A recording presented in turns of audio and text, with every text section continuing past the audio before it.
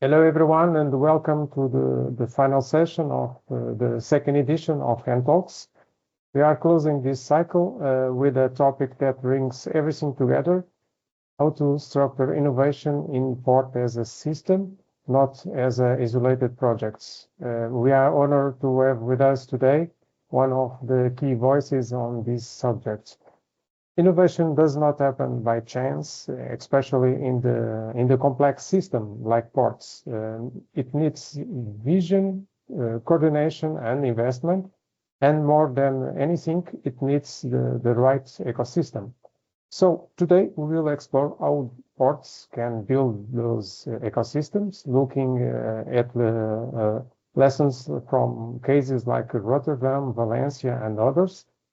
Peter de Langen is an international recognized expert in ports strategy and innovation governance. His work with the ports around the world, helping them to rethinking their role on not just infrastructure providers, but as innovation hubs. So welcome, Peter. It is a real pleasure to have you with us today.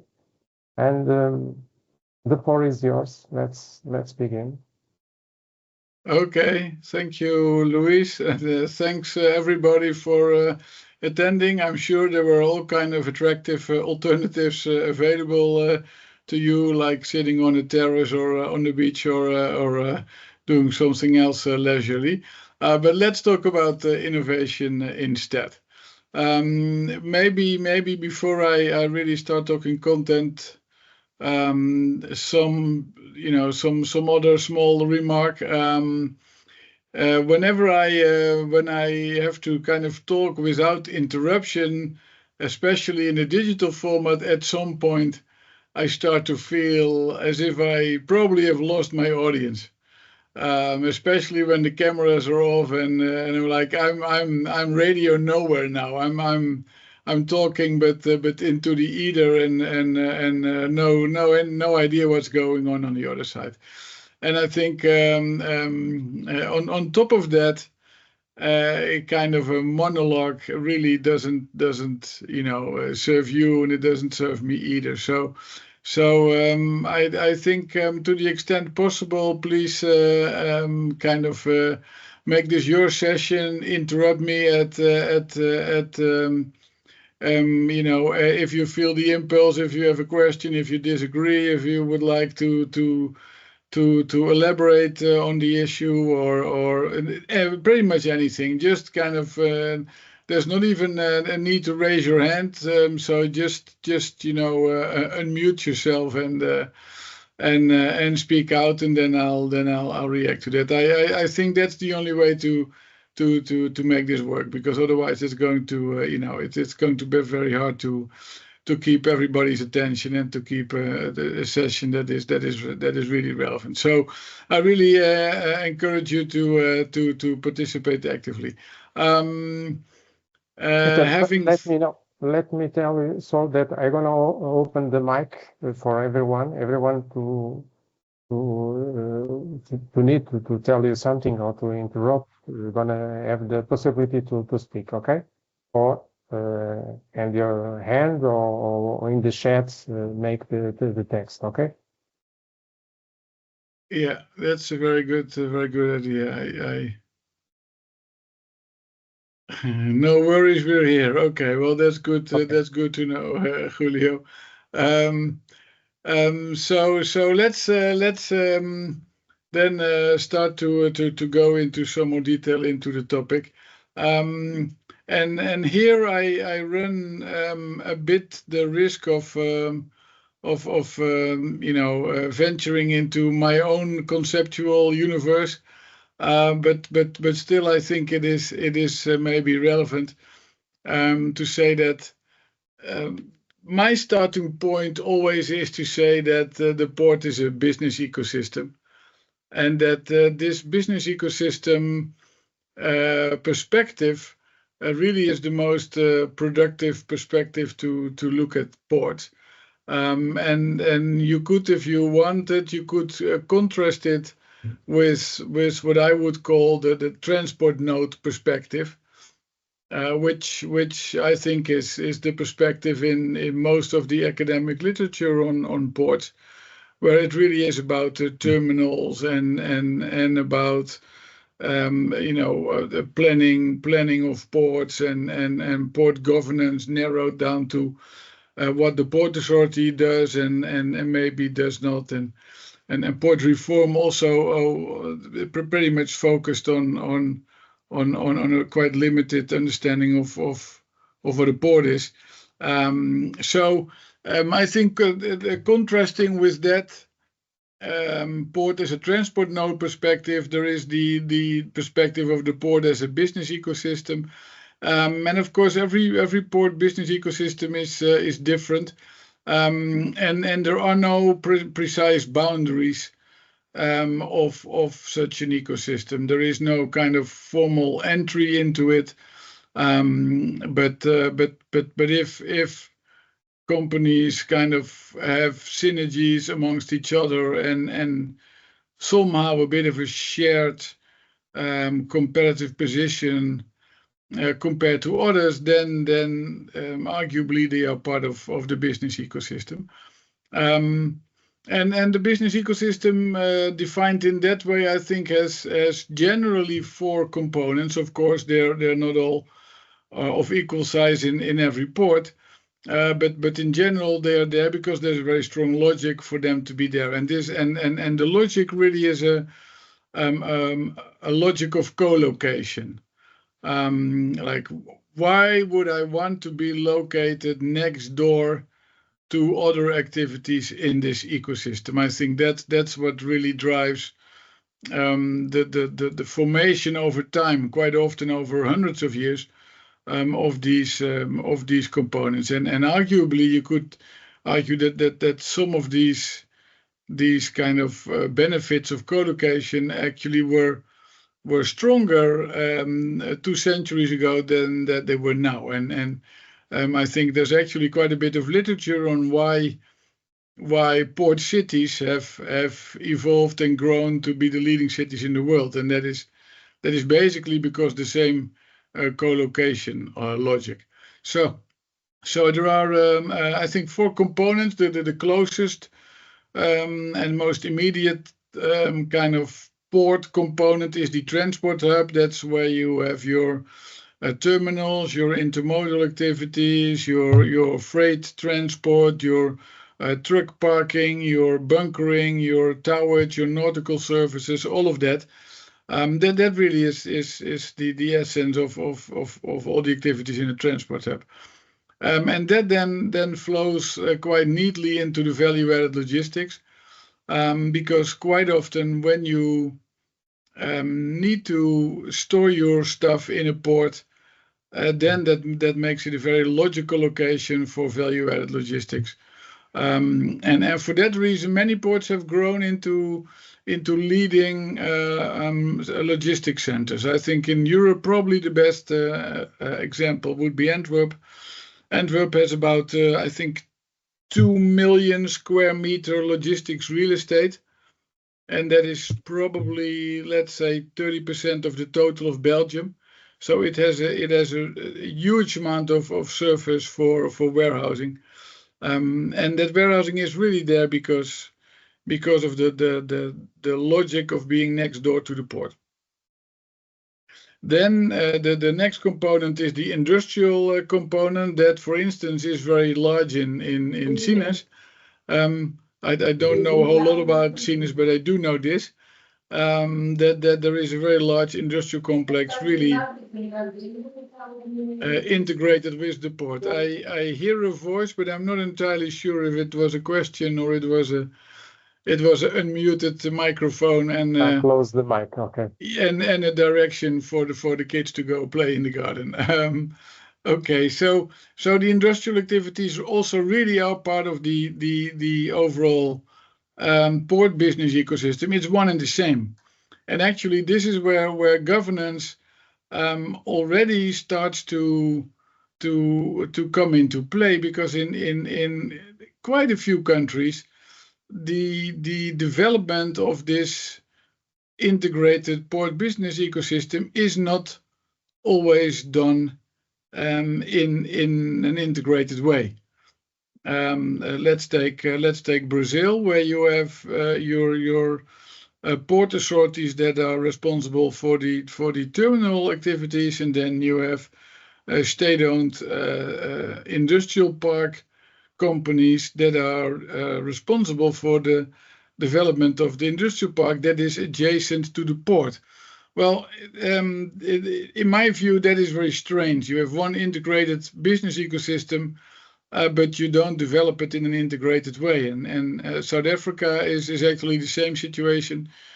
You have a free zone which is next to a new port, and they are developed somewhat in isolation, even though they are very, very closely integrated. You actually could take this even one step further by saying that the land value is chiefly determined by the investments in the transport infrastructure. So therefore, in a kind of non-integrated business model, the benefits don't end up with the entity that is making the investment. And that then becomes problematic, because then you cannot make an integrated business case.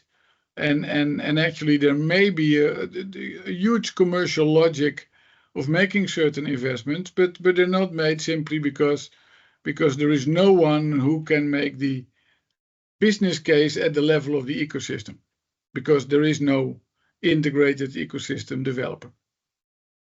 Then the third component, just to kind of highlight that one as well, is tourism and leisure.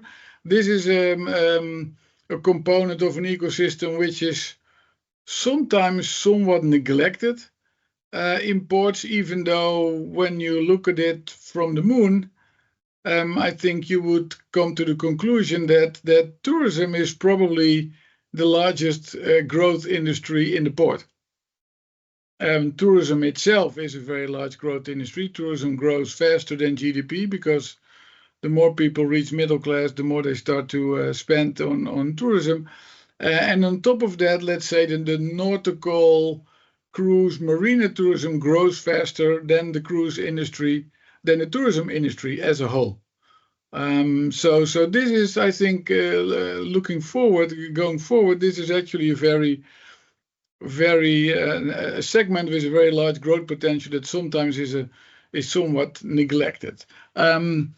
Well, why do I spend some time on this? Well, basically because the way I look at it, if you think of the port as a broad business ecosystem, which includes logistics and which includes manufacturing and which includes tourism, that also means that if you look at innovation challenges, you also take that same ecosystem perspective. And that doesn't mean that there's something wrong with a focus on let's say smart digital systems for ship mooring or integrated port call systems or some specific initiatives that deal with the transport hub. No, that's perfectly fine. But I think the first perspective really, the most fruitful, the most rich perspective then is more the business ecosystem perspective. So are you still with me so far? Any questions, comments, feedback, points you want to raise, challenge, whatever?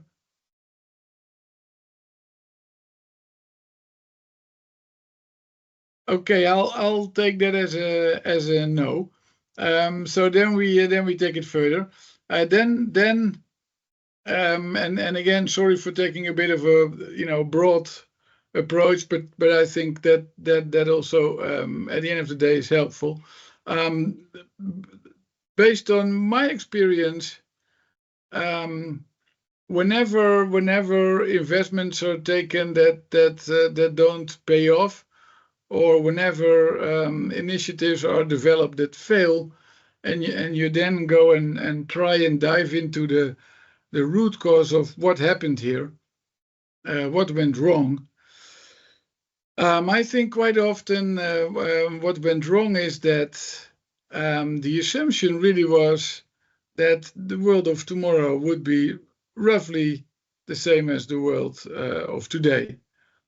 And then that invariably is not the case.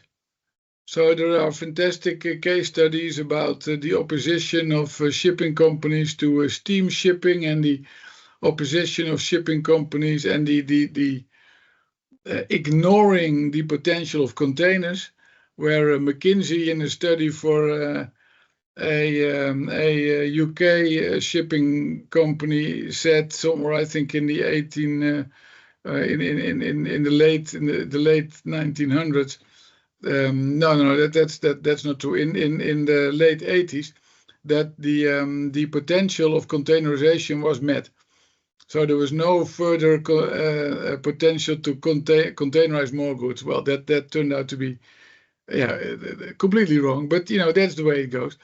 So I really think that this business as usual risk is the biggest risk that can be there. And there are also very in a way sad cases of ports that develop in an iron ore terminal for a steel plant in the vicinity of the port, and as soon as the terminal opens, the steel plant closes down, and then of course that investment goes wrong. There's also very good examples of companies that handling fruit in a traditional way and continuing to invest in traditional reefer vessels as well as port facilities. So there are all kind of problems and risks with assuming business as usual. One of the current, in my opinion, big risks that I see is assuming that trucks will remain environmentally unfriendly, and using that as a justification for multi-billion investments in rail infrastructure. I'm not against rail, not at all, but I think there is a big risk that the environmental argument actually starts to lose weight, if not to vanish completely. And at the same time, I think the European Union has a very naive kind of target of a modal shift away from road. I don't think that is very feasible, and I think even if it were feasible, it probably would require massive amounts of public funding that really could better go somewhere else. So there I also feel that kind of just thinking of trucks as polluting and kind of something undesirable, I think maybe is true today, but much less so tomorrow. Then another one which I think is also risky is justifying port expansion based on thinking that productivity will remain roughly unchanged. This is a classic in many port expansion studies, where you say, okay, let's build a massive amount of additional land and quayside space. But if you ignore that productivity goes up, then you may well end up with overcapacity. And another one, which is I think currently really relevant, is we cannot assume that the geopolitical context will broadly remain the same. I think we come from a geopolitical context with a quite high degree of stability and a quite open cooperation-oriented trade policies at the global level. And I think right now what we're really witnessing is the end of that. And of course, that will have major implications too. So, in short, whenever we are investing in stuff, whether it's cranes or ICT systems or the pipelines or anything. There's a risk that we assume the world of tomorrow will be fairly similar to the world of today, and that is the big risk. So just on top of that, that's especially a big risk if you have to take a long-term horizon, and if the kind of the environment you operate in is so broad and diverse. So I'm not going to go into all the details here, but for instance, just to say something about demographics, this is also a topic that has received more attention lately. Let's look at China. China has reached its peak population and is going to decline. The only unknown is how far is it going to decline. If the current the birth rates don't go upwards, then that decline will be dramatic. And obviously that has a huge implication for ports and infrastructure in general, and none of that I think is really on the minds of the policymakers that continue to promote expansion and further development. So yeah, no foresight means inevitably wrong decisions. I think it's as clear as that. So. And I would guess you've covered some of this, but we live in an era where the landscape is changing quite radically in terms of energy, in terms of materials, in terms of digitalization, in terms of demographic shifts, and also in terms of geopolitics. A discussion that wasn't there maybe 10 years ago or 15, but now it's right front and center. So the landscape is radically changing, and then you ask yourself, like, okay, if I know that's true, then what does it take for a port as a business ecosystem? What does it take for a port as a business ecosystem to survive? If we know that the risks are there of assuming business as usual, if we know that we live in a world with radical change, and if we understand the way the ports operate, then what's the key indicator that we would like to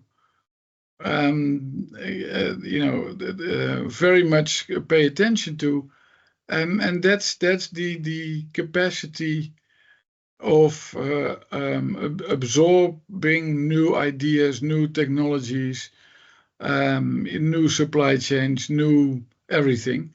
So I think that's really, in a nutshell, I think that the best way of defining the innovation challenge in ports, it is really the challenge of absorptive capacity, the capacity to incorporate ideas, business models, technologies, standards, whatever, that are developed outside ports. And that, of course, makes ports somewhat different in terms of what the central innovation challenge is. I think in many of the widely studied and well-known technology clusters, the focus really is on kind of the innate capacity of the tech cluster to innovate. So it is not so much about absorbing stuff that is coming from outside as it is about developing new stuff, as about R&D, as about innovation, about patents, and what have you. And ports are really, I think, very different to that. Probably the most important difference is that most of the activities that are located in ports are branches of multinational companies with headquarters that are not in the cluster. So if I take the case of Sines, I think the terminal is run by Hutchinson, unless I'm mistaken. Well, that is a head PSA office. Singapore. Sorry? Oh, PSA PSA. Singapore. Sorry, PSA. Sorry, yeah. Okay, so PSA. So that is far away. That's from, you know, the headquarters is far away. That also tends to imply that the activities are really managed as operating divisions with a very strong operational focus. Like, let's make sure that we have positive cash flows. Let's make sure that we have profitability. And there is a very limited commitment and investment and autonomy to invest in R&D and innovation projects, or at least it would surprise me if that was different in Sines, because I know in Rotterdam the situation is exactly the same. So that's Europe's largest port, and in that port, container terminals play a very big role. And if you then look at, okay, what are they doing in terms of innovation? Well, then the honest answer is, well, not very much.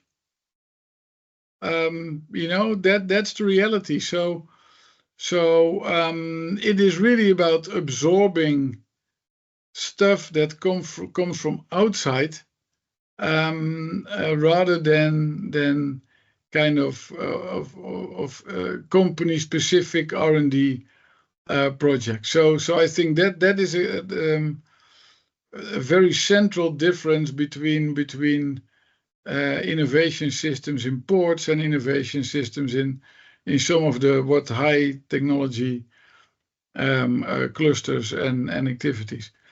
Then there's also one more, I think, point to keep in mind, which is that the tech clusters like Silicon Valley or like Medicon Valley in Öresund, or the technology cluster around the city of Eindhoven, or I'm sure you have similar tech clusters in Portugal in the university cities, is that in ports there are more formalized governance structures.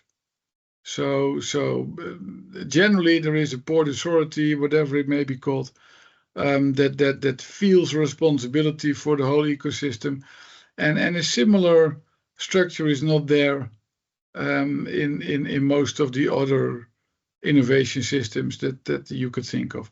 So I think ports are kind of special animals in that respect, and that also implies that looking at the innovation challenges in ports requires a kind of a port-specific approach.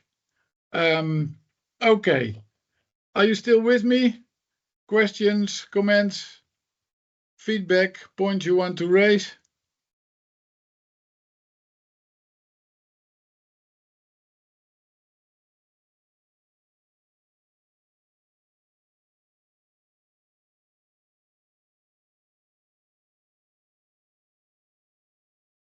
Okay, I'm looking at the chat, but I only see yes, and I assume that's an answer to my question. Are you still with me?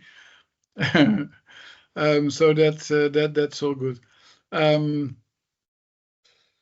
Okay, so let's continue then, going into the detail. Absorptive capacity. So I think that really is the capacity to absorb and to enhance and to diffuse and exploit knowledge from extra cluster sources. So this is a bit the kind of the theoretical world that I partially live in, but really what it's trying to say is you have to get your kind of ideas and your impulse and your energy and your from outside. It's not generated by the port itself, it's generated elsewhere. And the question really is, can we get it in? So that means that getting the right links becomes critical. And there, for instance, to go back to the PSA case, that can really depend on one of two senior guys in PSA that operate the terminal in Sines. If these guys have a bit of innovation DNA, and like it and are kind of driven by this, then it helps a lot.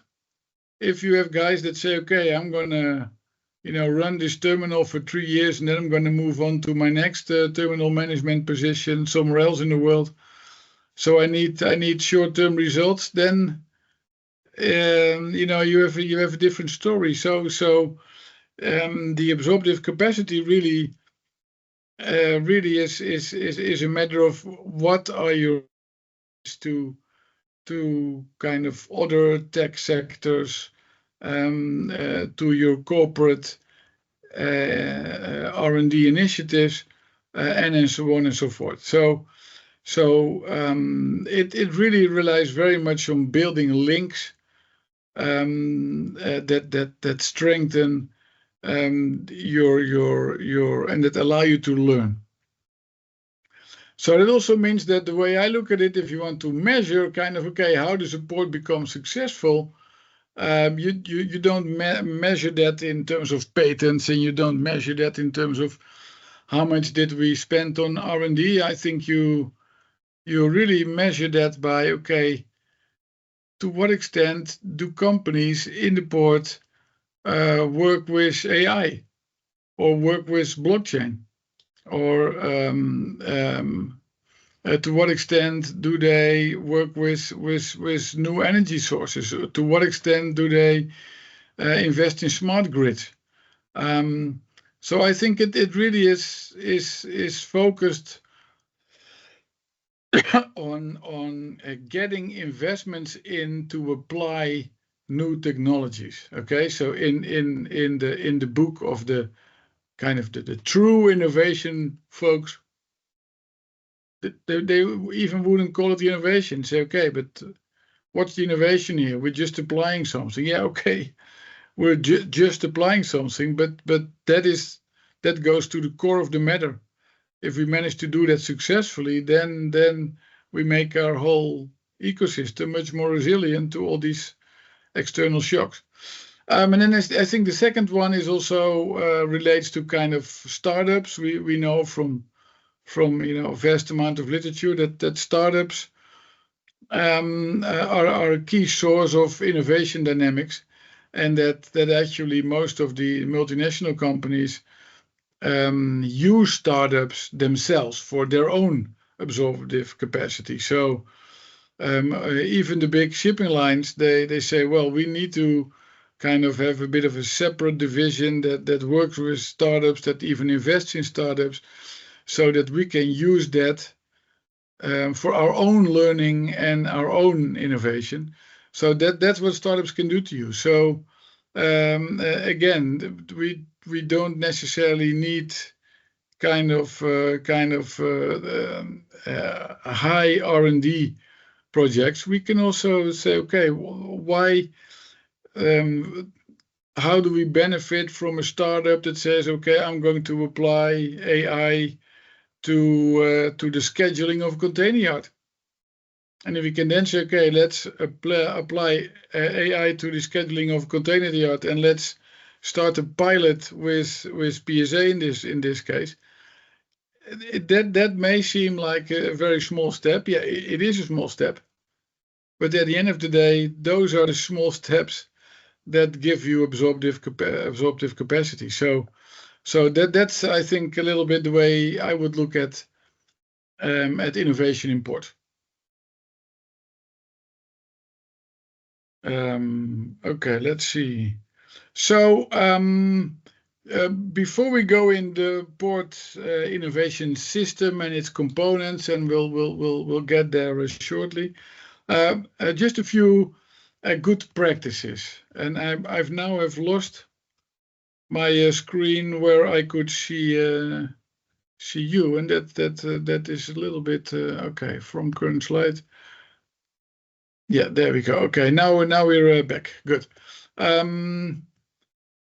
So a few of the best practices that I think are relevant from this innovation lens.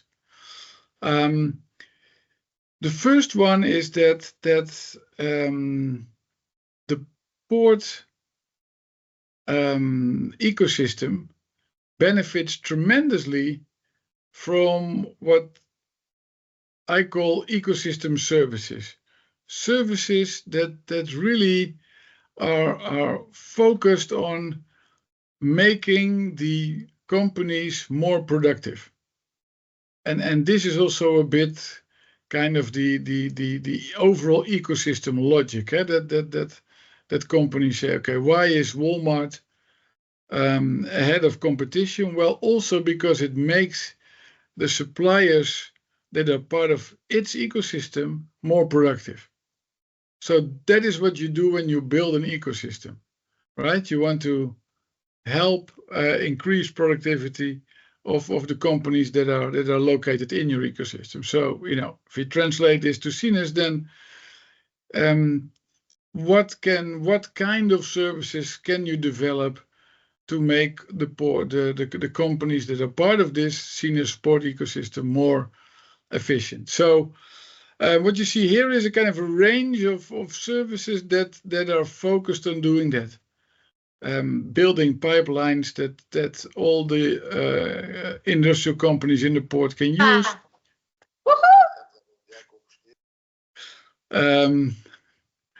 I'm happy to hear some enthusiasm.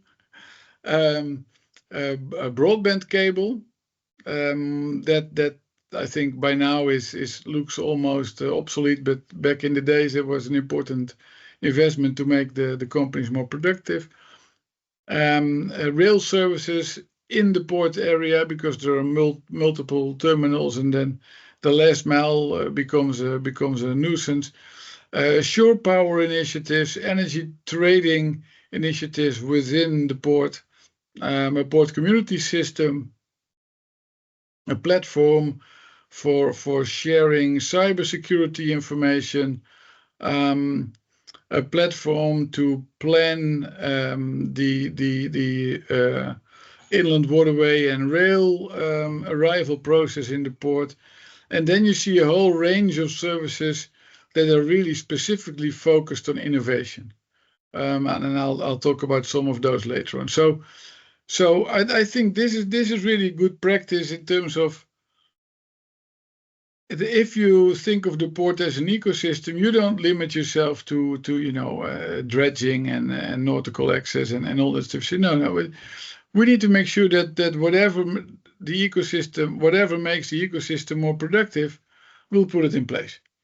And then you'll find a way of charging for it. Most often you don't provide these services for profit. That tends to be very inefficient. But you can do it in joint ventures, and you can work kind of cost-based, cost recovery pricing principles to recover the cost. So this is what needs to happen in port business ecosystems to make sure that they remain vital, that they are resilient, that they can change, that they can absorb new things. All of these are examples of that. Okay, then I already mentioned that a little bit. In that kind of synergy services approach, I think most often it doesn't really make sense to do that on a for-profit basis. Let's look at the port community systems. Most port community systems are actually not-for-profit systems. They are developed by the state-owned Port Authority, and the state-owned Port Authority mostly explicitly says, look, we need to recover our costs, but nothing beyond that. And whenever there are for-profit models, for instance, in the Port of Hamburg with the COSI, that only works if the ownership then is somewhat aligned. So if the terminals own the COSI, okay, fine, then that arguably can work. But as soon as you start to get problems with alignment of interest, then that for-profit model starts to become problematic. So I think that's also a best practice. And then Valencia, I think, is a very good example of a port ecosystem where all the stakeholders together have agreed that there was a need for an impulse to innovation, and this model cannot be replicated elsewhere. But I think one of the key findings that you can get from this is, once you have the organization in place, then funding is a very doable challenge. So once you have kind of the organizational infrastructure set up, then you can really speed up in attracting external funding, and that external funding then helps you to create value for the ecosystem. So I think that is a very clear kind of good practice in Valencia. Try to get your governance organized in such a way that you can show that you create value to your ecosystem through externally funded projects that really deal with the core of the innovation challenge that the companies deal with. So I think those were a couple of good practices. Questions, remarks so far? I'll take that for a no, and then I'll yes. I have a question here. Luis, go ahead. Julio Carvalho is asking, going back a little on the first slide, you mentioned leisure as a part of the tourism ecosystem, apart from cruise terminals today, ports are a bit unfriendly to leisure activities within. Were you thinking of the future relationship like the one of the existing before steam, when ports were beating hearts of the cities that grew around them? Yeah, no, this is a very good question, Julio, and I certainly don't have the answer. I think there is a very widespread kind of recognition of the negative societal impacts of cruise, and they're felt in Barcelona, where I am. They are felt in Malaga, where I live. They are felt in Amsterdam, which is my home country, or in my home country, and they're felt in Lisbon. So they are felt in many cities, and I think there as well the challenge is a little bit, first of all, recognizing the issue, and then trying to come up with strategies to use cruise tourism or tourism in general as an instrument to create value for society rather than to destroy it. And I think there are ways to do that. For instance, by managing tourist flows much better. For instance, by differentiating pricing and focusing on specific segments that have a more that have a lower burden on kind of overcrowded places. Because there are many segments in tourism. There are cultural segments, there's sports segments. For instance, Cabo Verde, which some of you may know, of course, because of its links with Portugal, has quite a bit of sport-oriented, adventure-oriented tourism as well. And actually, there's even a kind of a bit of a offbeat music festival, I'm told, to which a big community of sailors attends, which gives a big impulse to the local economy, and it doesn't create all the negative backlash of mass cruise. So I think that the first challenge is to broaden tourism beyond cruise, and say, okay, but it's also about marina, it's also about nautical leisure, it's broader than just that. But I think it's also very healthy to say, okay, we need to make sure that we develop strategies that are focused on creating value for society. And one aspect that you could also think of is that because most of the cruise capacity of ports, I think, is constrained, and many ports don't want to grow. For instance, Barcelona and Valencia, I'm sure I got a sense of a similar take in Lisbon. Say, okay, we don't want to move beyond, let's say, and I'm making up a number. We don't want to move beyond 2 million cruise passengers. Okay, if you don't want to move beyond 2 million cruise passengers, then that means that you have something scarce, and you can organize procedures to allocate that scarce good to the cruise companies that bring you most value for society.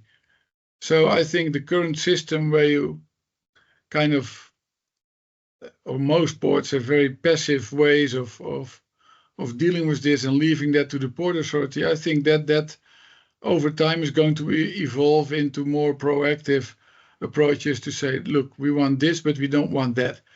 And that means different calls. That may mean turnaround calls. That may mean longer calls.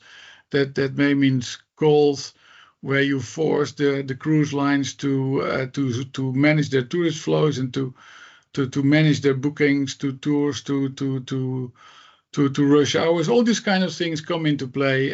So yeah, I think overall, it is a very good question, and I think all cities struggle with, let's say, tourism and authenticity, and at the same time, tourists also struggle with being a tourist and looking for authentic experiences. So there's all kind of challenges there that I don't have the answer to, but I do think that the most likely course will be a stronger focus on value for society. So I think that's the first thing. If I was a cruise manager at Lisbon or at Setúbal, for that matter, that would be the first thing that I would want to answer. How does cruise create value for society? And I think the answer, like, but it's giving employment and economic impact, that's a bit too easy and too narrow, too shallow, even in some ways.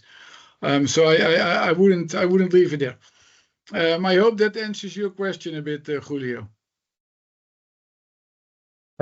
Peter, we have another one. With Maldonado is asking, could digitalization and data sharing platforms among ports be considered a part of the intercluster knowledge system? Oh yeah, definitely. I definitely think that quite often the kind of the first hurdle to overcome is really a trust hurdle. Also a trust that information is reliable. And then I think a second hurdle that needs to be overcome is also the hurdle of knowledge exchange and formalized knowledge exchange. And platforms can play a big role into this. Definitely. And there I also feel that or at least that's a bit my experience. Quite often, what works very well is involving people and companies that are kind of loosely connected to ports, but strongly connected to other industries. Can be AI, can be blockchain, can be any digital, can be that can be very fruitful because.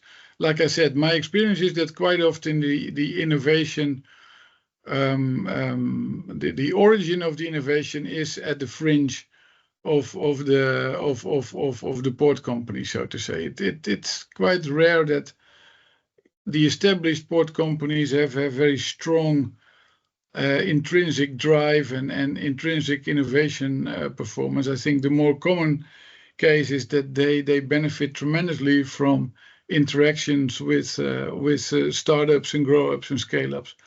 So yeah, in short, the answer is yes. Mm-hmm. We have another one from Lucas. I think you're gonna abort this issue in the next slides. Yeah, But yeah. I'm gonna ask. You mentioned the importance of PCS for the development port innovation system. Could you comment on the role of open data collaboration platforms for port innovation system? Yeah, no, that's also a very, very good question. I think there is this open innovation ideal, and when it works, and that's great. I think in ports, it really depends on the kind of the culture, and quite often I find that the culture is not really conducive for true open innovation. I think more often than not, people want very strong safeguards and guarantees before they are willing to exchange and share any data. So I think the open certainly is an ideal, but yeah, quite often that is maybe aspirational. But if in the meanwhile, intermediate steps are needed, then so be it. And to make that much more specific, if I look at Rotterdam, in Rotterdam we have a very peculiar challenge that not many other ports have, in the sense that we have a lot of barge traffic, so small inland waterway vessels coming in, and they basically queue up at the terminal, and they don't have any information about the terminal, so they don't know where they have to queue first. They have to call 5 terminals, and they're really in the blind. Like, okay, where do I go now? Where will will the queue be long, and where will the queue be short? And that has, data, collaborative planning written all over it. Kind of, okay, can we then just agree that we will all share our data so that we can then plan accordingly? And to move from that kind of conceptual, almost no-brainer, to getting such a system up and running, I think, without exaggerating, that took anywhere between 10 and 15 years. Mm-hmm. And along the way, were always data sharing concerns. What will happen to my data? Do I become dependent on others? And so on and so forth. So I think open collaborative platforms are, I think, the desired end state. But I think it is very important to recognize that to get to that end state may require a lot of water to flow under the bridge, so to say. Peter, a great example for that, I believe, is Hamburg Vessel Coordination Center, the platform that coordinates all the vessel moving in the ports or the harbor of Hamburg. I visited weeks ago, and I was fascinated with the kind of collaboration they achieve for that. Yeah, no, that I fully agree. And actually, this is a very interesting case, because Hamburg has it, Rotterdam doesn't. Yeah. They tell us because the guys from Rotterdam are going to visit them to ask, how do you do this? Yeah. How do you achieve this collaboration with every stakeholders? Yeah, and I've actually I had a student working at Unifeeder, which is the largest feeder company in Northern Europe, and she focused her thesis on this, and one of the kind of, let's say, softer findings, the hard finding was such a system has an incredible impact, positive impact. Somewhat of the softer finding is, if you try and understand why it works in Hamburg, part of the reason it works in Hamburg is because Hamburg is a very German port, and is in a way very homogeneous port. Has a very homogeneous German port community. So the two leading terminal operators in Hamburg are both German owned, and have their headquarters very close to Hamburg. In the case of Eurogate, it's in Bremen, but that's really next door. And in Rotterdam you have APMT, which is Danish, and then you have DP World, which is Middle East, and then you have Hutchison, which is Hong Kong Chinese. That's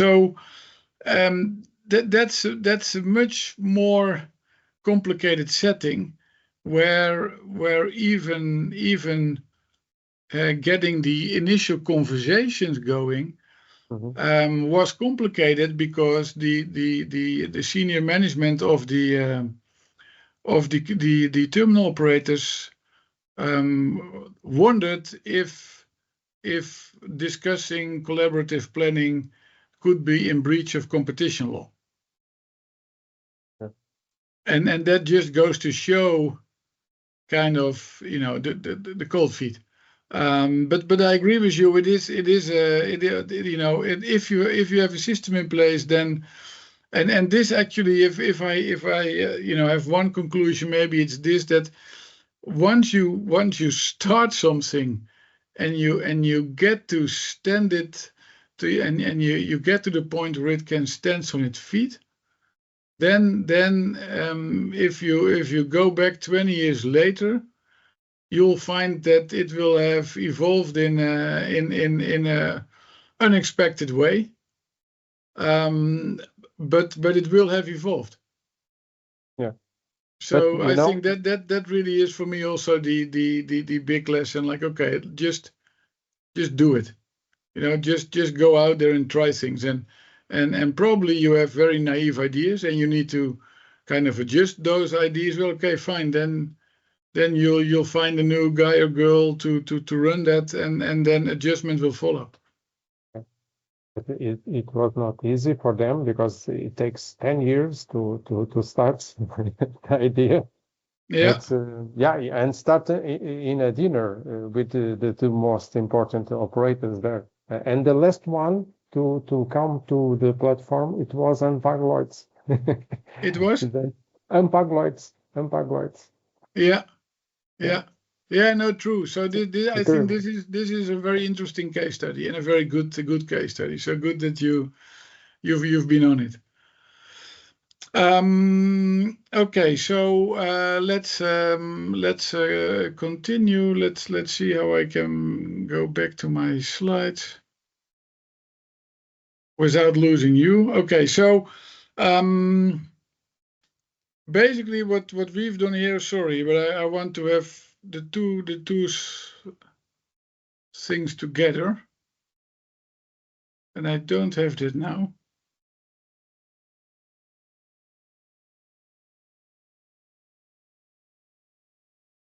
Yeah, okay, good. Now we're back where I want to be, so that I can see everything. So this is our attempt by Jonas Mendes from Valencia Port, and another colleague of Valencia Port. Jonas, by the way, is from Brazil.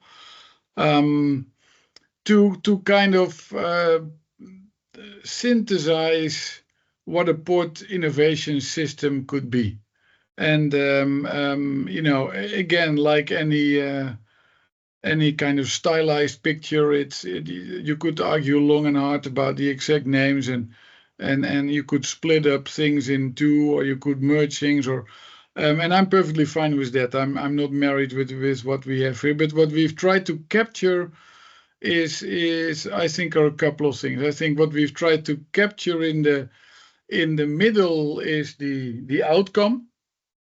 So what is the outcome that we want from a port innovation system? And the outcome that we want is investments to apply new technologies in either new or established operations. So it's as simple as that. it really is very much focused on absorption, on applying things that are there. So if we know, let's take Sines, and I'm sure it's a challenge, the energy grid. If we know that the energy grid is changing so much because there's much more decentral energy generation, and there's much more differentiation of tariffs between peak and non-peak, and that leads then to kind of ways to capture value by storage systems. And if we know that all of that kind of energy management stuff is there, then what we want to see in Sines, we want to see investments to apply that for the case of Sines. And it's as simple as that. Nothing more, nothing less. And if we know that in let's say the whole nautical planning process, quite often the pilots are waiting because the tugs are not there, and then the tugs are waiting because the ship is not released. And if we know all those inefficiencies, then what we really want is investments in kind of information sharing platforms that increase productivity. So that's the first bullet. And the second bullet is the number and growth of startups or scale-ups or with cluster-specific products and services based on new technology. So we want in Sines, we want to be able to identify, okay, we have now 10 companies that are working on making the whole ecosystem more productive with new technologies. And I say 10, could be 5, could be 15, I don't know. Of course, Singapore differs from Rotterdam and differs from Sines. So it has to be tailor-made, but I think it needs to be there. And I think this also is a challenge for let's say a bit of a, you could argue, peripheral port like Sines. I do think that ultimately what you want is kind of test bedding locally. It will never be kind of off the shelf. Let's now buy a ready-made product. No, you want. I mean, these challenges are so port specific. There's always, so it needs people that spend time on the ground in the ecosystem, understanding it in sufficient detail to be able to develop products and services that create value. So I think those are the two, for me, the key outputs that the port innovation system need to deliver. And then in terms of, okay, what are the kind of levers that you can use? What are the kind of things that you can influence? The mechanisms to create a better innovation performance. There we've made a distinction between what you can think of as the basis, and then the 5 things that you build on top of that basis. And I think the basis consists of 2 parts. The first part is an innovation-oriented government. And there I think Singapore really stands out as one of the most innovation oriented governments in the world. And in the European Union, it's one of the Baltic states. I always get lost as to which one it is. I think it is Estonia, that has really managed to kind of embed innovation in its DNA, and that helps you in many ways, because customs are relevant, pilots is relevant, inspections are relevant, environmental agencies are relevant, the electricity grid is relevant, and all of that is either state or state-owned companies or state-influenced companies. So the role of government is really, cannot be ignored. And then on top of it, I think there's the innovation-oriented culture, and that's what I mentioned previously. That I think at least in Rotterdam, when I look back, I think tremendous progress has been made in terms of the recognition that innovation actually, is one of the key things for the long-term performance of this whole port. I think that recognition really is there to a much larger extent than what it previously was. And that also has been because some of the kind of the leading industry leaders have been, you could use the word seduced, have been kind of drawn into this innovation ecosystem also, by ways of making making it for them personally, making them an interesting pursuit. And I think that also is one of the key things for me. If you want this whole thing to fly, then a culture of embracing innovation is really critical, and that means spending some money, also spending some money to make senior managers feel that they are contributing to something, but also that they operate in an environment that allows them to take a leadership role. So that I think of as the basis. And then on top of that, I think there are 5 components. The human capital side, very, very important. The demand for innovative products and services. Quite often this demand is latent. So certainly PSA will have a demand, but you need to pinpoint it, like, okay, but then what is that demand? But as soon as you start to have large companies that are able to kind of formulate their demand for innovative products and services, that helps tremendously for then innovative suppliers to do their development. Then there is the research cooperation, I think also a very critical part of it. And here again, research is really applied research. It's not kind of whiz kids doing quantum computing. No, it's really at the level of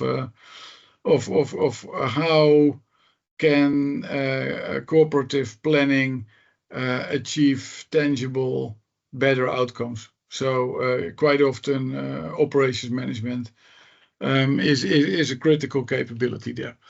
Then there's incubation services. I also think of that as an important part, and I know of some ports that I consider as best practices in terms of really putting a lot of effort in attracting startups and allowing startups to grow.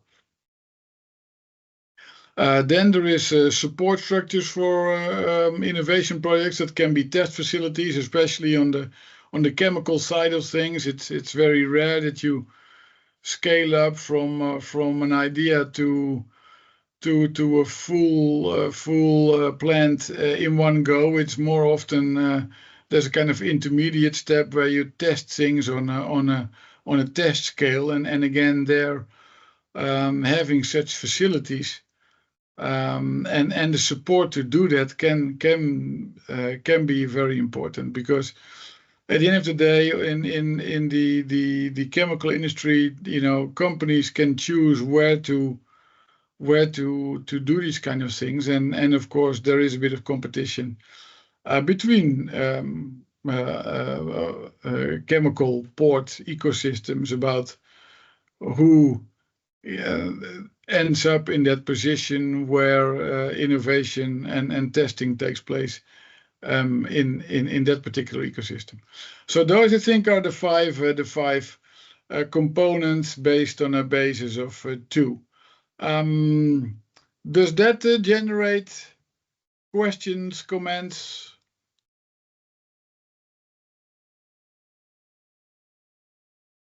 I can't see the chat right now, but Louise, I'm sure you're going to keep me. So I'm going to just quickly go through this because then I'm curious and I would like to hear from you how you what your experiences are in CNS. So let's take Rotterdam innovation oriented culture.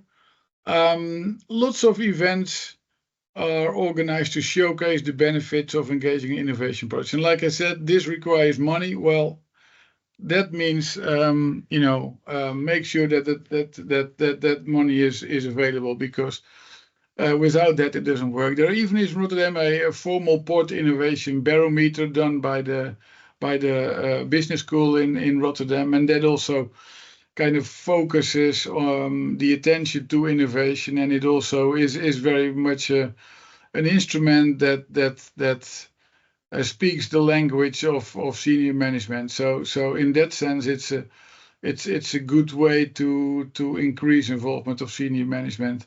And again, such studies are not free, but okay, fine. Let's try and find funding for that, because at the end of the day, these are the types of things that help. Then the innovation-prone government, I think there the Netherlands is fairly well off in the sense that there is a very strong tradition of the Ministry of Public's work to invest in innovation, in dredging and waterways maintenance and coastal protection and all these kind of things, and also innovation when it comes to highway maintenance, as well as automated driving, etc., etc. The Dutch government was the first to organize the kind of automated driving sequence where all the big OEMs like Scania and all the others were participating in automated driving. So I think there the kind of the overall innovation DNA in a large part of the public sector is actually quite good. Port of Rotterdam also has agreed R&D partnerships with suppliers where funding is available for joint research and so on. So if we go for the demand for innovative services, that is something where Port of Rotterdam explicitly has said, okay, we have as a target for ourselves that we act as launching customer for startups. So at the end of the year, that will be a KPI that we will be reporting. And if we cannot demonstrate that we have acted as launching customers, well, then we have failed. And some other multinational corporatization have committed to a little bit the same principle. Say, okay, we want to engage with startups, and we take it as our responsibility to then benefit from that. And that is not a responsibility that we place with the innovative companies. And I think for me, that's culturally, that's a very important step. You could think, okay, I'm the multinational company. Tell me what you've got. No, I don't like it. Next. No, I don't like it. Next. Kind of a sit back and wait and kind of picking the winner approach. No. Let's turn it upside down. No, it's my responsibility to make sure that I can identify something out of all of it that's available, and that it's up to me to do that. And if I fail, then I have failed. And it's not because of the startups that were not good enough. So yeah, I think that's a bit of a kind of a cultural side of it. Then there's various incubation services. Port Excel is a program which is developed by Port of Rotterdam. There are some others. Also investments that are purely privately funded that do the same. So I think there the ecosystem really has evolved quite dramatically over the last decade. And then when it comes to kind of the infrastructures for innovation projects and for getting things going, there's also various labs out there to focus on one specific technology. and try to get companies, startups, into projects to kind of develop new products and services based on new technology. So also there, the organizational infrastructure is there. On the innovation, on the human capital formation side, I think, of course, Rotterdam is a bit blessed with having a university next door, and a university in Delft, which is one of the leading European universities on tech. So they have a very large inflow of students, with a very large inflow of foreign students.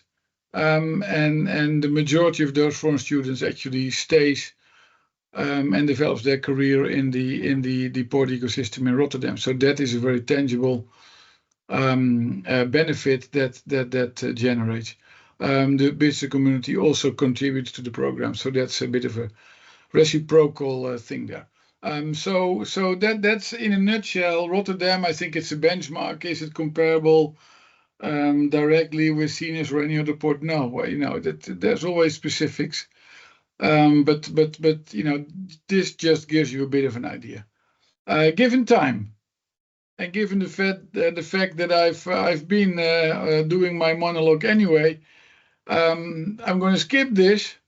I'm just going to say, folks, you need public funding. No funding, no success. That is just simple as that. And I once had a amusing conversation with someone tasked with innovation in the Port Authority, and he said, yeah, I have good news. I now have a budget. Okay, how much? 30,000 euros. Say, okay, are you sure that you have the digits right? Because that's just not doable. You need to be able to finance within your ecosystem structural financial commitment that is quite a bit more substantial than that.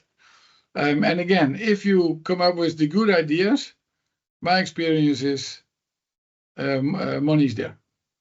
You just need to kind of have a bold and ambitious approach that appeals, and that is informed on successes elsewhere. So yeah, that's I'm going to leave it at this. Now, let's hear from you guys, starting with the basis. Where is Sines in terms of innovation-prone government and innovation-oriented culture? Looking forward to learning from you.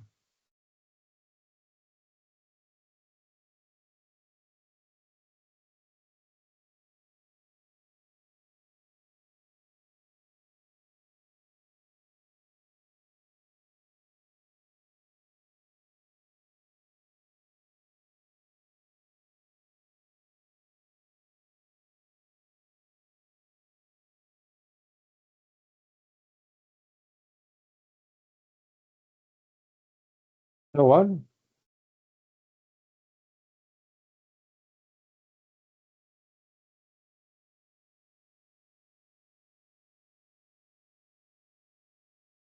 No, Peter, we have some students from Nexus Academy here. I'm expecting they can contribute with some inputs, what they think about this. We'll just let the uncomfortable silence continue. I think Mr. Luis can speak. No, Julio, you can speak.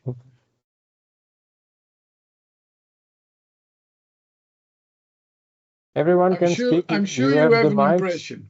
Yeah.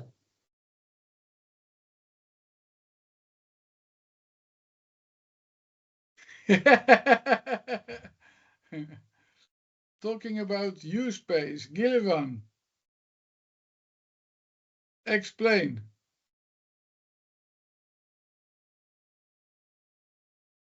Gillivan, do you want to speak? You can speak. You have the mic open.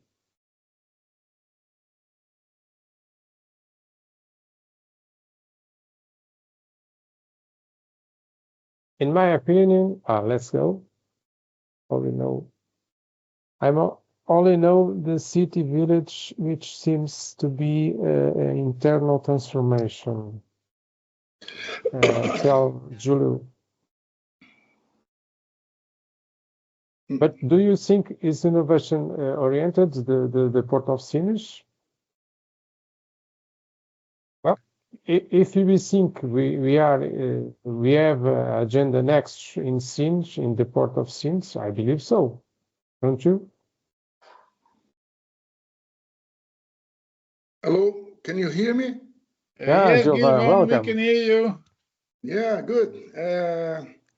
Nice, Peter. Thank you very much. I'm interested about the use space, the drone space for using as a new technology. I have made some search about the works with the use space. And since 2017, you start with the use space project to implement there in Rotterdam. And I would like to know, because the project was divided in 3 phases. While I was doing my thesis, I have an interview there with Madam Irvine, if I'm not wrong, her name. And she gave me very good information, but she said that they are in the 2nd phase and going in the front of the time. So I think they came to the third phase of the project, is the transport of spare parts and goods using the drones to the ships that stay on anchorage, waiting for coming in. So I would like to know about this, and what is the information about how hard it is to get this implementation, because they face so many problems with the aerospace allowing to fly in different ways of difficulties. Yeah. As we have the same project or a similar project to be implemented in Porto de Sines, I would like to know if you have any information about that, please. Thank you. Okay, well, I have to give you a bit of a disappointing answer, Gilvan, because I don't follow the specifics of that project. What I do know, indeed, is this, that, and I think this is actually where Port of Rotterdam is very good, in kind of being early in identifying an opportunity space. Say, okay, we have drones. Those drones will start to operate, delivering medical supplies in Africa and doing all kinds of things, but they will also start to operate in port. And ports are never easy environments because of the kind of the regulatory framework, etc. So what we have to do is to create as soon as possible a kind of a innovation-prone regulatory framework that allows all the potential operators to know exactly what can be done and what cannot be done. And then we need to kind of design that kind of framework in such a way that we accommodate as much as possible what can be done with drones. So I think that has been the approach that has been taken. So in that sense, it is really also an ecosystem approach. Port of Rotterdam has not said, well, then we will start to invest in drones, or then we will work with a concession so that someone can get a concession to. Says, no, we really take this ecosystem approach. What we want is we want to attract all the drone operating companies to Rotterdam. So whoever has ideas and wants to test them, we are ready. Okay. And I think that has been the approach. Okay, thank you very much, Peter. Thank you, I Giovanni. hope to see you soon in Rotterdam. Thank you, Jovan. Jovan jumped the question, the phase of the questions, but we want to know about innovation-oriented culture in Sinj. In my opinion, we are starting now to create this culture. But the question was that what do you think? I want to ask again. What do you think is the situation of the innovation in Sinj for this issue of the culture? Can I talk? Yeah. Sorry, I was at the phone. Just Well, parked. okay. Yeah. No, I'm the computer. So considering the Nexus project that is ongoing, I think it's a proof that Sinj and before the JU, we can say that the Sinter have started at least an oriented a culture, an innovation-oriented culture a few years ago. But it's not the innovation-oriented culture is, I think, it's an ongoing situation. It's not, it's never finished. It's always new things to do, always new things to improve.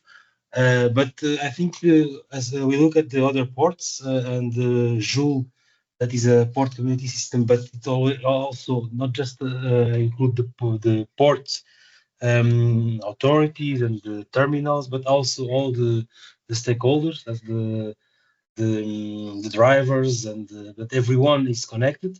I think it's a quite improvement and innovative focus. Yeah, good to hear, Joe. I can understand that. I can relate to that. I know, for instance, the port of Groningen, which is in the north of the Netherlands, which is a port which is somewhat similar to Sinj. Doesn't have containers, but it does have a large energy and chemical complex. And they pride themselves on their capacity to kind of quickly find each other and move forward. And they have indeed been quite successful in doing it. And quite often that is also that also entails innovation. So I think there really are differences in culture between ports, and these differences matter. And I think from where I stand, I'm not sure if it would be a good idea, and specifically in cities, but I think in general it's a good idea to at some point talk about innovation and innovation culture in that way as a managerial challenge. And I think maybe too often there is a focus on technology and engineering, and I think it can be good to say, okay, let's share some of our lessons of some of the things that we struggled with as managers when it comes to turning around the culture and making it more innovation oriented. I think that's also part and parcel of it, and yeah, that I think is a little bit the background of putting culture there. And also, Peter, don't you think that the innovation-oriented culture should take in account the nation? I would say the culture of the ports and the countries itself and the region, because maybe the having an innovation-oriented culture can be different from a country for another. I don't say the orientation may be the same, but what we are looking for and what we are implementing and what the results that we get might be quite different. Yeah, no, I think that is quite clear. These cultural differences are there between countries for sure, and they can have an impact. Some For instance, Germany is very good in more incremental innovations, and Silicon Valley is culturally much more oriented on radical innovation. To give you one, I think fairly obvious one. So there are cultural differences. I fully agree with that. I think it's just an important conversation to have. Mm-hmm. Thank you. Let's maybe go to the last slide. These are the 5 components. Yeah. How is Sinus doing on the human capital side, on the research cooperation side, on the incubation services? Can you identify X number of startups or scale-ups that are really contributing to Sinus, the port innovation system of Sinus? Are they there? Are they visible?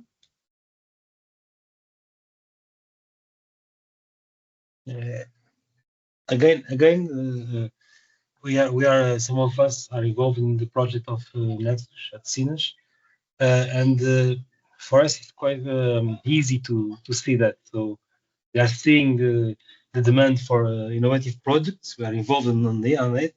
We are seeing the research cooperation, the incubation process. So we are seeing a lot of that happening.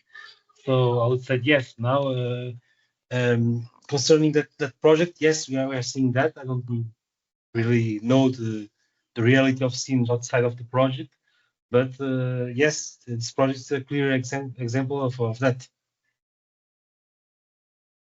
It's one first step, but in my opinion, the incubation is a gap. There is no structure for a program or for startups focus on the port challenge.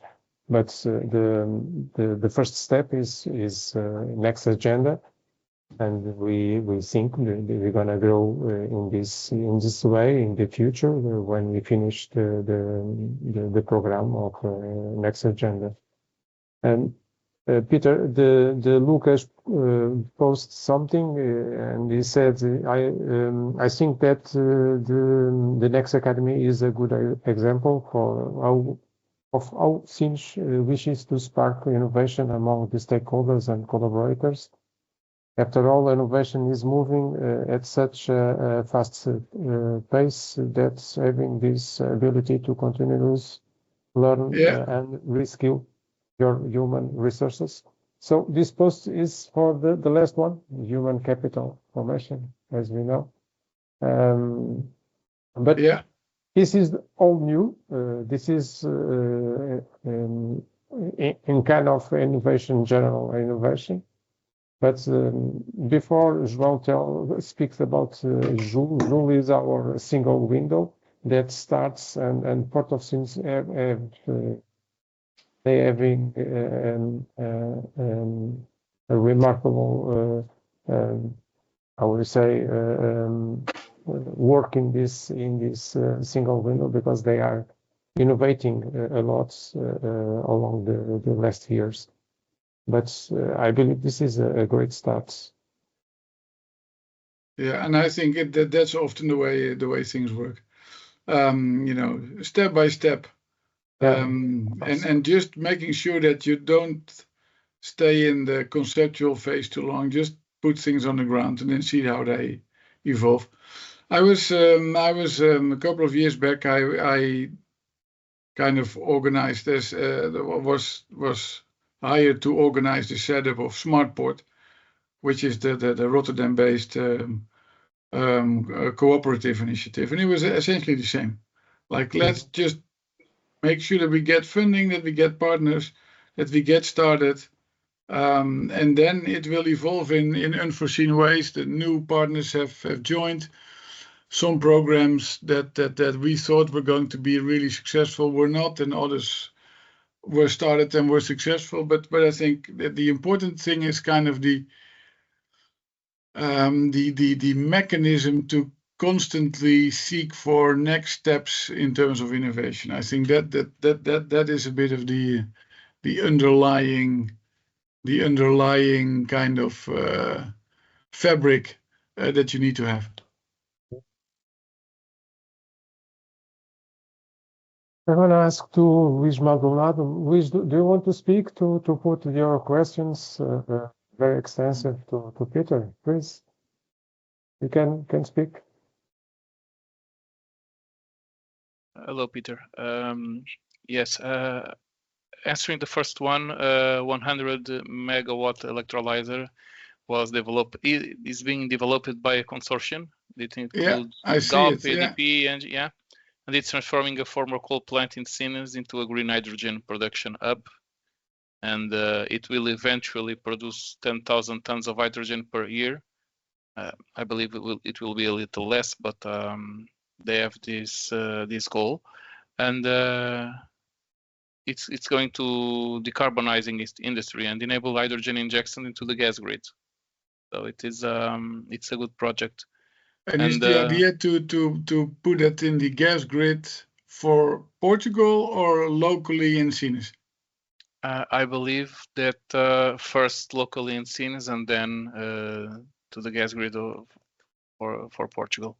Yeah, I believe they will try it first in Sines. Yeah, because I don't think the gas grid is ready for that yet. But okay, that will come over time. Yeah, no, and I think this is such a critical investment, and we've all seen every chemical cluster develop ideas, but then to get to the stage of taking the real investment decision, that has been an uphill battle, and many plans have been postponed or scaled down. So yeah, good for you that you've managed to pull this one off. Yes, thank you. And for the human capital, for the training part, we have an incubation and technology transfer hub here. It's called Sines Technopolo, and it's linked with universities and polytechnics, with some companies around Sines like Repsol and Galp. And it provides incubation services, support entrepreneurial activity, and so on. So it's a good place to have some formation and to train. Yeah, super. Yeah, and then the challenge is to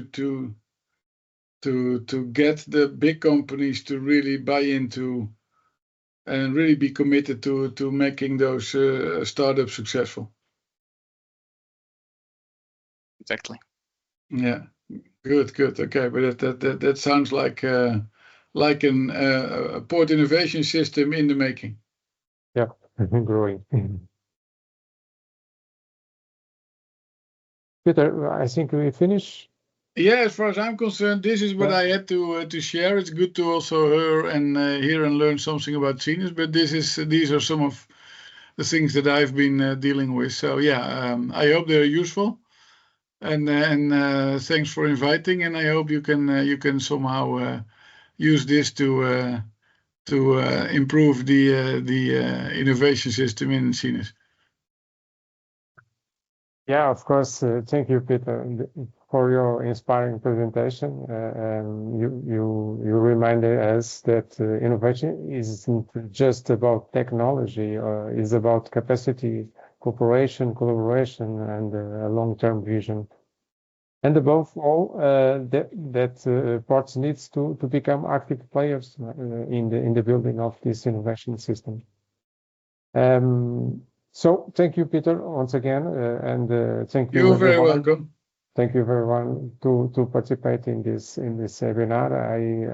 We will back soon with new ideas and new voices to the next edition of NTalks. Peter. Fantastic. All right. Enjoy your evening, everybody. Bye bye. Bye bye. Thank you very much.